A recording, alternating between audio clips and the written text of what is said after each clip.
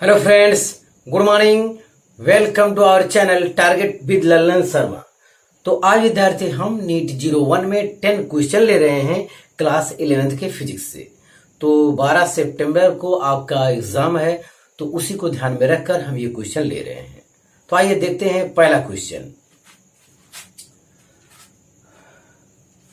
The vector P is equal to AI cap plus AJ cap plus 3K cap and vector Q is equal to AI cap minus 2J cap minus K cap are perpendicular to each other. The positive value of A is। तो ध्यान दें विद्यार्थी, आपका समय बचाने के लिए हम जो है सॉल्यूशन कर दिए हैं, क्योंकि आपका एग्जाम है तो जाहिर आपके पास ज्यादा समय नहीं होगा। एक चीज और विद्यार्थी, नीट 02 भी हमें वीडियो बनाना है, वो क्लास 12 की फिजिक्स से हम बनाएंगे, वहां भी 10 क्वेश्चन हम लेंगे। तो देखा जाए दो वेक्टर विद्यार्थी परपेंडिकुलर है, तो तुरंत आपको जान जाना चाहिए कि उनका डॉट प्रोडक्ट 0 होगा, क्योंकि A dot B is equal to AB cos 90। cos 90 का मान क्या होता है? 0। जब ये परपेंडिकुलर है तो हमें कंसेप्ट मालूम है, A dot B equal to 0 होता है। तो यहां हमने कर दिया vector P dot vector Q equal to 0। तो P की ये वैल्यू रखा यहाँ पे हमने और Q को रखा। अब डॉट प्रोडक्ट करना है, देखिए। और डॉट में भी आप कॉन्सेप्ट जानते होंगे, I का I में करना चाहिए, J का J में करना चाहिए, K का K में करना चाहिए, क्योंकि I डॉट I 1 होता है, J डॉट J 1 होता है, K डॉट K 1 होता है। ध्यान दें। और I डॉट J या K नहीं किया जाता क्योंकि 90 हो जाता है, क्योंकि वो 3D में होता है, परपेंडिकुलर होते हैं। तो अब कॉन्सेप्ट देखा जाए, A इंटू A स्क्वायर हो गया, A इंटू -2 -2A हो गया, 3 इंटू -1 -3 हो गया। अब इनका फैक्टर करना है कि प्रोडक्ट करने -3 आए और ऐड करने पर -2। तो ये तब पॉसिबल है विद्यार्थी जब 3 इंटू 1 लिया जाए। तो यहां पे देखें, और उसके बाद कंसेप्ट है विद्यार्थी, यदि विद्यार्थी A स्क्वायर का कोफिशिएंट 1 हो तो ऐसी दशा में जो फैक्टर बना है डायरेक्ट यहां पे लिखा जा सकता है। तो एक ब्रैकेट में A-3, अगले ब्रैकेट में A+1 इज इक्वल टू 0। तो इफ A-3 इक्वल टू 0 तो A इक्वल टू 3 हो गया। पॉजिटिव वैल्यू चाह रहा था तो ये हमारा आंसर हो गया 3। इफ A+1 इक्वल टू 0 तो A इक्वल टू -1। अगर नेगेटिव भी वैल्यू होता तो ये आंसर होता। हो सकता है दो वैल्यू एक साथ दे दे, अब की बार जो आए नीट में आपका, तो यहाँ एक वैल्यू दे दे 3, एक वैल्यू दे दे -1। तो इस टाइप से ऑप्शन कर दे, यही सवाल दे दे। ध्यान दे। अब जिनको इस टाइप से डायरेक्ट गुणनखंड लिखने में दिक्कत हो रही है तो एक एक कर लें। देखिए, इसी -2A का स्थान में फैक्टर रखना होता है, इसके स्थान में रखेंगे -3A प्लस A। इनको ऐड करेंगे तो फिर यही चीज आ रहा है। अब देखिए यहाँ पे एक कॉमन हो रहा है, तो इन ब्रैकेट बचा A-3। यहाँ पे कोई चीज कॉमन नहीं तो 1 तो अवश्य कॉमन होगा, 1 कॉमन लिए तो A-3 बचा। तो A-3 इनमें कॉमन है तो एकदम बाहर कर लिए। तो अगले ब्रैकेट बच रहा है A+1 इक्वल टू 0। बाकी की कहानी आप जानते हैं, ऑप्शन ए इज करेक्ट। ध्यान देखिए, पॉजिटिव वैल्यू ऑफ A पूछा था, तो पॉजिटिव कितना आया? 3। क्वेश्चन 2 देखा जाए विद्यार्थी। The equation of a wave is given by y equal to a sin omega in bracket x by v minus k, where omega is the angular velocity and v is the linear velocity. The dimension of k is yes। तो आपको विद्यार्थी concept मालूम होगा कि angle जो है हमारा dimension less quantity है। यस। और डायमेंशन का ऐड और सब्ट्रैक्ट नहीं किया जाता है। ये कंसेप्ट और जानना चाहिए, जिस फिजिकल क्वांटिटी की डायमेंशन होता है उसका यूनिट अवश्य होता है, लेकिन यह आवश्यक नहीं है कि जिस फिजिकल क्वांटिटी की यूनिट होती है उसका डायमेंशन भी हो। जैसे एंगल हुआ, सॉलिड एंगल हुआ, पावर ऑफ लेंस हुआ, इन सब की यूनिट तो होती है लेकिन डायमेंशन नहीं होती, मतलब ये डायमेंशन लेस क्वांटिटी है। तो इतना कंसेप्ट यहाँ पे ये हमें बताना था विद्यार्थी। ये डायमेंशन लेस क्वांटिटी फर्स्ट वाला है तो सेकंड वाला भी रहेगा। देखिए, ओमेगा इंटू के, तो ओमेगा होता है विद्यार्थी 2π/t। ओमेगा का जो फार्मूला होता है 2π/t होता है। तो ओमेगा अंदर गुणा करेंगे हम लोग, omega into X upon V होगा, फिर ओमेगा इंटू के होगा, और डायमेंशन का सब्ट्रैक्ट होता नहीं, तो ओमेगा इंटू के भी डायमेंशन लेस होना चाहिए। तो ओमेगा का जो डायमेंशन होगा वो -t⁻⁻1 होगा। t पावर अगर -1 हो रहा है तो k कितना होना पड़ेगा? K1 होना पड़ेगा, K होना पड़ेगा T पावर 1, तभी तो 0 आएगा। ओमेगा का डायमेंशन T पावर -1 हो रहा है यहां से, ध्यान दें। तो K का डायमेंशन कितना होना पड़ेगा? T होना पड़ेगा, क्योंकि T-1 और T मिलके T पावर 0 हो जाएगा, डायमेंशन लेस हो जाएगा। तो टी ऑप्शन हमारा ऐसे करेक्ट है बिना प्रॉब्लम को सॉल्व किए। यस, अगर आप सॉल्व करना चाहते हैं तो सॉल्व कर लीजिए। तो dimension of omega T is equal to क्या? 1 चाहे लिखिए चाहे ऐसा कर दीजिए। तो dimension of K equal to 1 upon dimension of omega. Omega कितना होता है? ओमेगा होता है टी पावर -1।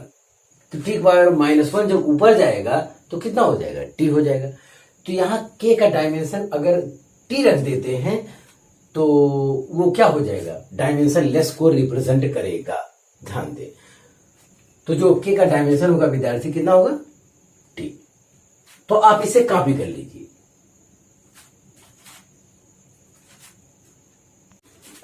हाँ विद्यार्थी, अगला क्वेश्चन देखा जाए। A wheel of radius 1 metre rolls forward half a revolution on a horizontal ground. The magnitude of the displacement of the point of the wheel initially in contact with the ground is. ध्यान दें विद्यार्थी, ये question सबसे पहले JEE में आया था, तो अब वही क्वेश्चन जो है मेडिकल में भी उठा के देने लगे हैं।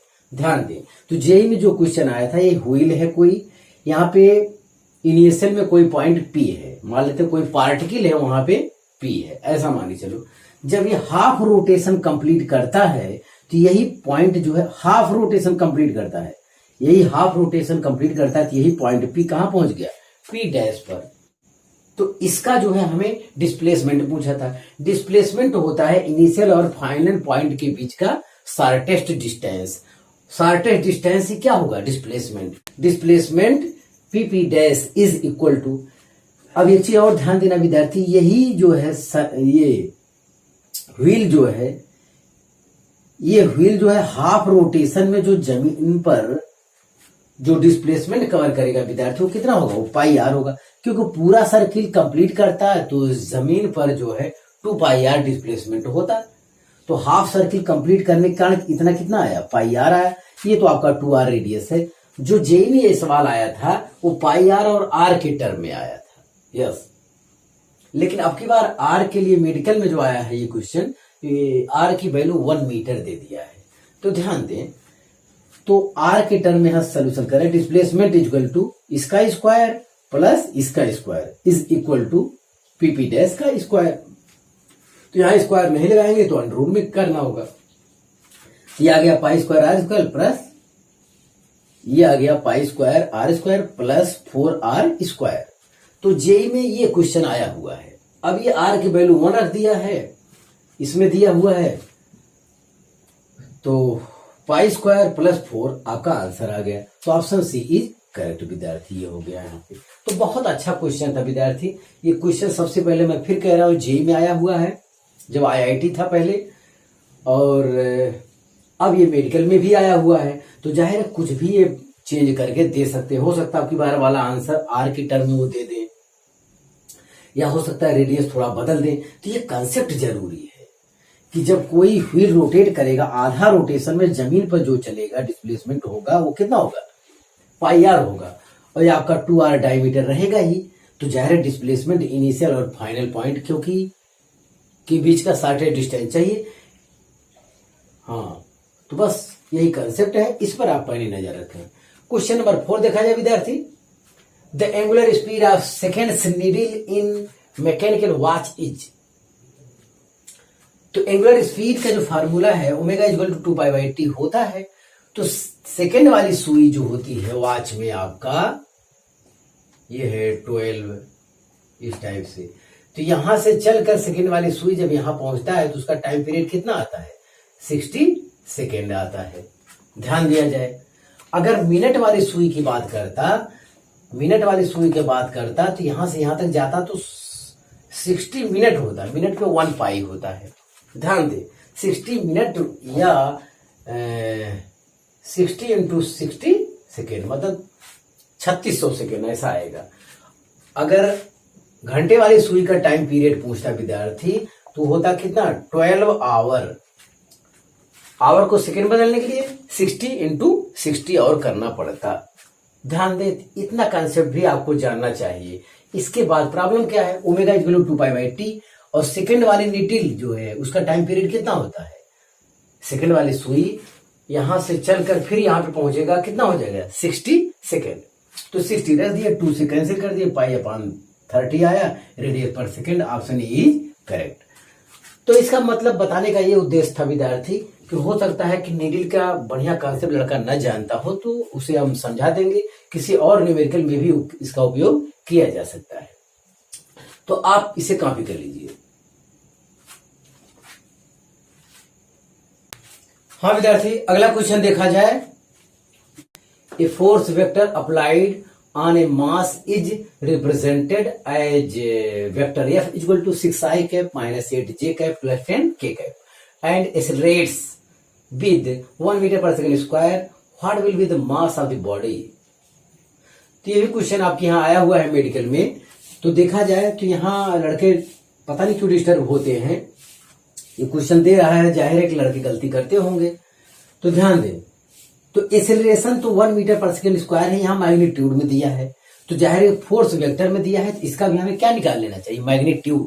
तब जाके आप मास निकालेंगे तो आपको अपना आंसर करेक्ट मिलेगा। ध्यान दें, तो एक्सेलरेशन मैग्नीट्यूड में दिया है, फोर्स का भी मैग्नीट्यूड निकाल लेते हैं। तो मैग्नीट्यूड निकालने का तरीका ये है कि अंडर रूट में आई जे के कोफिशिएंट का स्क्वायर करके ऐड किया जाए। तो ये कर रहे हैं विद्यार्थी, देखो 6 का स्क्वायर माइनस 8 का स्क्वायर प्लस 10 का स्क्वायर, 36, 64, 100। तो ये आ गया 200। 200 लिख सकते हैं 2 इंटू 100। 100 का स्क्वायर रूट बाहर निकल जाएगा, 10√2 न्यूटन आया। तो फोर्स का भी मैग्नीट्यूड हो गया, एक्सेलरेशन का मैग्नीट्यूड दिया है। तो F equal to M A हमारा फार्मूला होता है, यहां से M इक्वल टू F/A। तो F आया आपका 10√2 न्यूटन, एक्सेलरेशन दिया है 1 मीटर पर सेकेंड स्क्वायर। तो आंसर आया मास इक्वल टू 10√2 kg। तो यहां पे ऑप्शन ए इज करेक्ट है विद्यार्थी। ध्यान दें, क्वेश्चन 6 देखा जाए। If mu S, mu K and mu R are coefficients of static friction, sliding friction and rolling friction, then तो यहां पे विद्यार्थी एक कंसेप्ट तो आपको अवश्य आना चाहिए कि coefficient of static friction is always greater than coefficient of kinetic friction. ध्यान देंगे, तो ऑप्शन डी एकदम इनकरेक्ट है, ये चीज गलत है।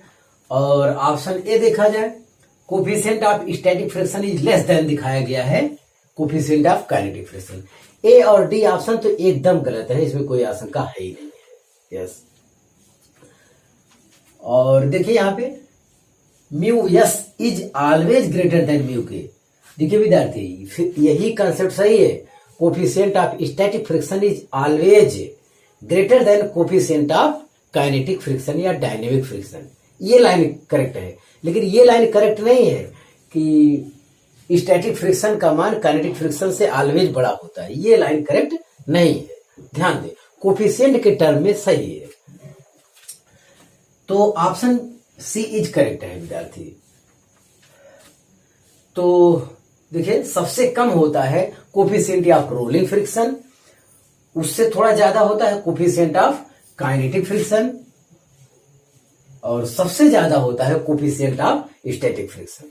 तो यहां पे देखिए, coefficient of static friction is always greater than coefficient of kinetic friction या डायनेमिक फ्रिक्शन, और कोफिशिएंट ऑफ काइनेटिक फ्रिक्शन भी ज्यादा होता है किससे, कोफिशिएंट ऑफ रोलिंग फ्रिक्शन से। ध्यान दें, कोफिशिएंट ऑफ काइनेटिक फ्रिक्शन और कोफिशिएंट ऑफ स्टैटिक फ्रिक्शन ये डायमेंशन लेस क्वांटिटी है, जबकि रोलिंग फ्रिक्शन का डायमेंशन कितना होता है, यल होता है।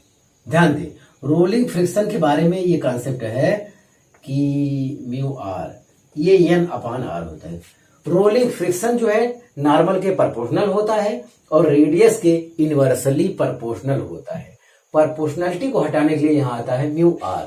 तो यह है कोफिशिएंट ऑफ रोलिंग फ्रिक्शन। ध्यान दें, तो यहां पे जो होता है इसका जो डायमेंशन होता है वो कितना होता है, यल होता है। क्योंकि ये नॉर्मल है, नॉर्मल भी फोर्स होता है, रोलिंग फ्रिक्शन भी फोर्स होता है, कैंसिल हो जाएगा। जब mu R equal to R आएगा तो आर का कितना होता है, यल होता है। तो ये भी कॉन्सेप्ट में ध्यान दिया जाए, कोफिशिएंट ऑफ रोलिंग फ्रिक्शन का डायमेंशन लेंथ के डायमेंशन के इक्वल होता है। विद्यार्थी बहुत कीमती चीज है और ध्यान दिया जाए। हाँ विद्यार्थी, तो आप इसे कॉपी कर लीजिए। हाँ विद्यार्थी, अगला क्वेश्चन देखा जाए। If the kinetic energy of a body is increased by 300%, it's momentum will increased by.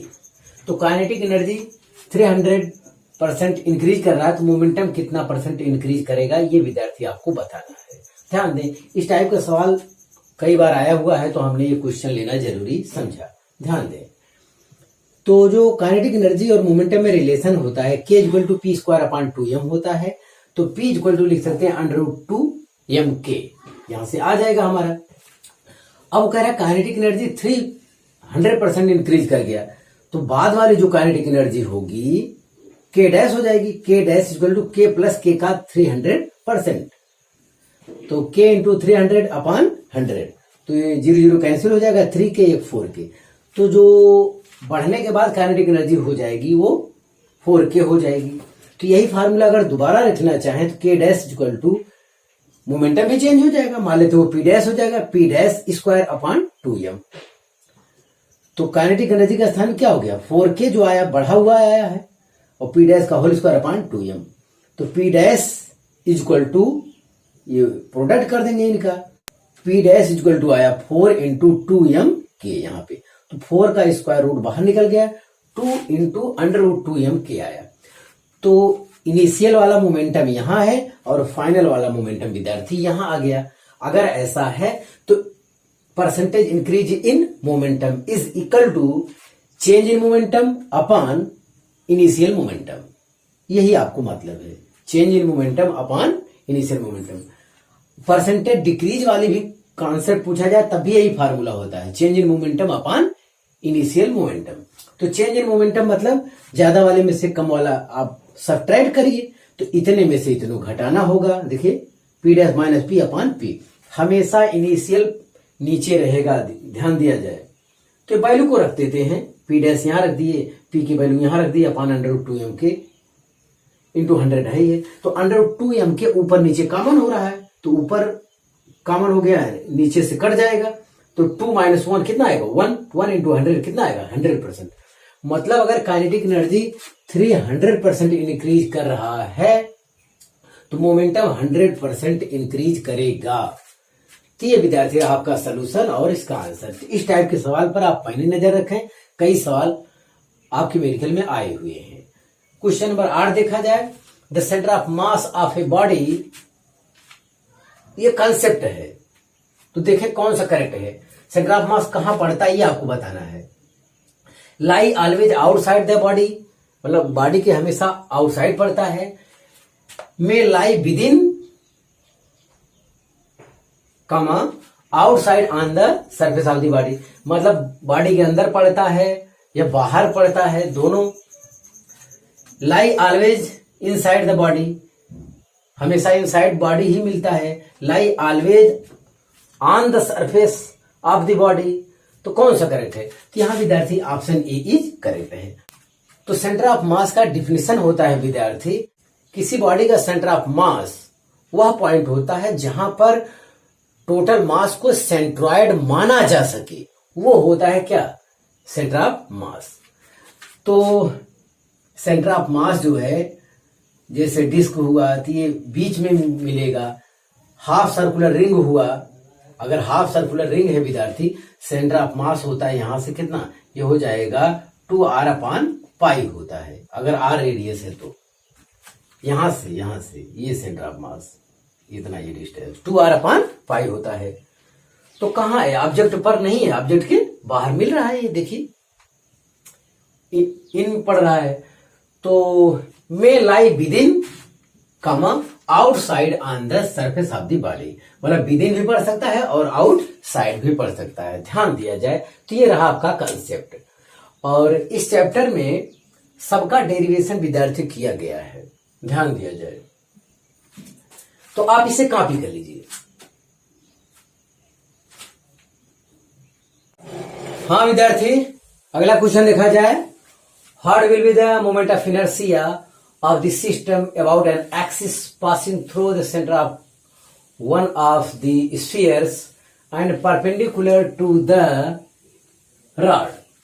विद्यार्थी क्वेश्चन और लंबा दिया हुआ था। उनके अनुसार दो स्फीयर है जिनका मास कैपिटल एम है, उनका रेडियस r/2 r/2 है। ये मासलेस रॉड से जुड़े हुए हैं। इतना कंसेप्ट कहानी ऊपर कहा गया है, ध्यान दे, मासलेस रॉड से जुड़े गए हैं। यस, और उसके बाद यही कहा है what will be the moment of the system about an axis passing through the centre of one of the spheres and perpendicular to the rod. तो इतना है सिस्टम में कि ये ऑप्शन आपका दिया हुआ है और ये आपका सोल्यूशन है।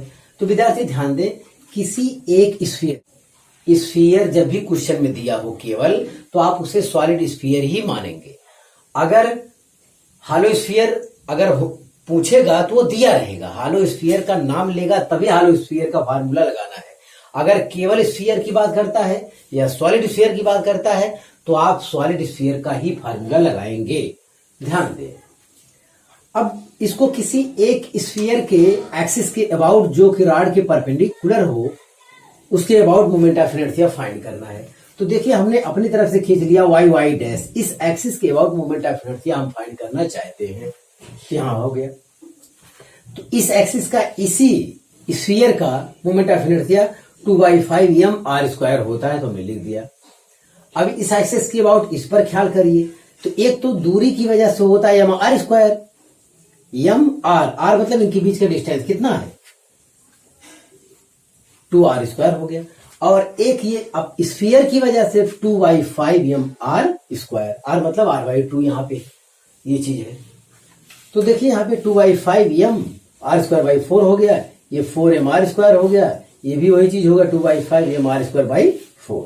ध्यान दें, अगर ये और ये ऐड करते हैं 2 to 4 हो रहा है, 2 to 4 हो रहा है अपॉन 20, तो 4 mr² अपॉन 20 हो गया। ऐड किए हम लोग, यहाँ 4 mr² रखें तो इसे सिंप्लीफाई करते हैं तो 1/5 आता है, mr² अपॉन 5 प्लस 4 mr²। आपको ऐड करना है, चाहे जिसे ऐड करिए, जल्दी से ऐड करिए, बस इतनी सी बात है। तो आ गया 5 4 20, तो 21 mr² अपॉन 5। तो ऐसे में ऑप्शन ए इज करेक्ट है। विद्यार्थी आपको ये लाइन मेन है, उसके बाद तो आपको ऐड करना है, तो ऐड करना तो आपको आता ही है, वो ये प्रॉब्लम नहीं है। हाँ, अगला और लास्ट क्वेश्चन देखा जाए आज का। The force of gravitation is, क्या है फोर्स ऑफ ग्रेविटेशन, क्या है, रिपल्सिव, बिल्कुल गलत बात। फोर्स ऑफ ग्रेविटेशन इलेक्ट्रोस्टैटिक्स के अंतर्गत आता है, नहीं, वो कंजर्वेटिव है, वो नॉन कंजर्वेटिव है। तो ग्रेविटेशनल फोर्स विद्यार्थी ध्यान दें, वो कंजर्वेटिव फोर्स है। कंजर्वेटिव फोर्स जो विद्यार्थी है वो इनिशियल और फाइनल पोजीशन पर डिपेंड करता है, वो पाथ इंडिपेंडेंट फोर्स होते हैं। कंजर्वेटिव फोर्स के अंतर्गत ग्रेविटेशनल फोर्स आते हैं, इलेक्ट्रोस्टैटिक फोर्स आते हैं, ये सब कंजर्वेटिव फोर्स है। ये पाथ इंडिपेंडेंट होते हैं, ये केवल इनिशियल और फाइनल पोजीशन पर ही डिपेंड करते हैं। और नॉन कंजर्वेटिव फोर्स के अंतर्गत जो विद्यार्थी आते हैं वो all type of frictional force is non conservative force. जितने फ्रिक्शनल फोर्स होते हैं वो सभी क्या होते हैं, नॉन कंजर्वेटिव फोर्स होते हैं। तो ये कंसेप्ट आपको यहाँ पे जानना चाहिए। जैसे ग्रेविटेशनल फोर्स कर दे तब भी कंजर्वेटिव पे लगाएंगे ऑप्शन। क्वेश्चन अगर होता है इलेक्ट्रोस्टैटिक फोर्स तब भी कंजर्वेटिव फोर्स पे आप करेक्ट मारेंगे, ध्यान दें। और फ्रिक्शन वाला फोर्स कहीं पे आ जाए विद्यार्थी तो ध्यान देना, वो नॉन कंजर्वेटिव फोर्स होते हैं। तो आप इसे कॉपी कर लीजिए। हाँ विद्यार्थी, आज बस इतना ही। आप मेहनत से पढ़ाई करते रहें। All the very best.